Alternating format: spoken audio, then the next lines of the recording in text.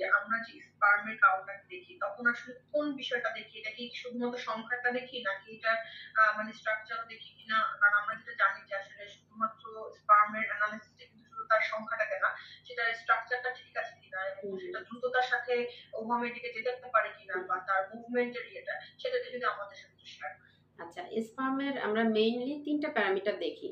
তিনটা প্যারামিটারের ভিতরে ফার্স্টে আসছে আমাদের স্পার্মের কাউন্ট, হ্যাঁ, বা সংখ্যা।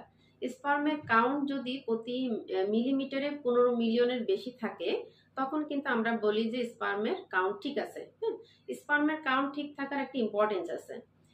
যে যখন ইজাকুলেশন হয় তখন কিন্তু একটা ডিমকে নিষিক্ত করার জন্য অনেকগুলো স্পার্ম যায়। এখন স্পার্মের কাউন্ট যদি কমে যায় তখন কিন্তু এই ডিমকে নিষিক্ত করার হারটা কমে যায়।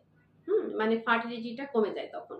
আরেকটা ব্যাপার যেটা, যে স্পার্ম কাউন্ট ঠিক আছে, সবকিছু ঠিক আছে, বাট মোটিলিটিটা কম।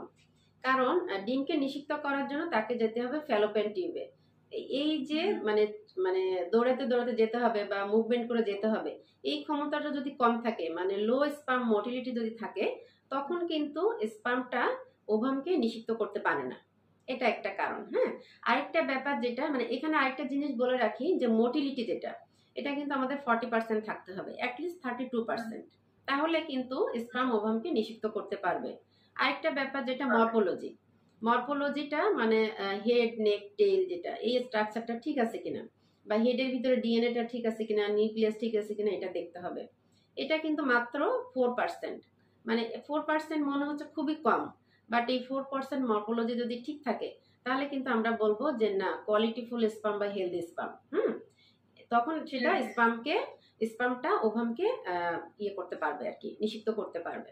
আরেকটা ব্যাপার আছে, আমরা কিন্তু সিমেনের যে পিএইচটা দেখি, বা অ্যামাউন্টও অনেক সময় আসে যে 1.5 ml এর মতো যদি আসে, অ্যাটলিস্ট আমরা বলি নর্মাল। অনেকের কিন্তু অনেক কম আসে, 0.5 ml কারো কারো আসে। হ্যাঁ, তখন কিন্তু এই যে অলিগোস্পার্মিয়া যেটা, এই ক্ষেত্রে কিন্তু মানে স্পার্মের কাউন্টও কম থাকে, মোটিলিটি সবকিছু কম থাকে, এই যে অ্যামাউন্টটাও কিন্তু খুব ইম্পর্টেন্ট।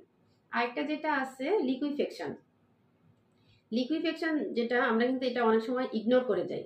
লিকুইফেকশন মানে একটা স্পার্মটা আমরা যে সিমেন অ্যানালাইসিসের জন্য বের করি, এটা আমরা 30 to 40 মিনিট একটা 37 ডিগ্রি টেম্পারেচারে একটা ইনকিউবেটরে রেখে দিই। হ্যাঁ, বের করে দেখি যে লিকুইফাইড হয়েছে কিনা, মানে এখান থেকে স্পার্মটা দৌড়াইতে পারবে কিনা। অনেক সময় দেখা যায় লিকুইফেকশনটা থাকে না, তখন যতই গুড কোয়ালিটির স্পার্ম হোক না কেন, সেই স্পার্মটা কোনো মতেই দৌড়ায় ওভামকে ফার্টিলাইজ করতে পারবে না। এটাও কিন্তু একটা ইম্পর্টেন্ট ব্যাপার।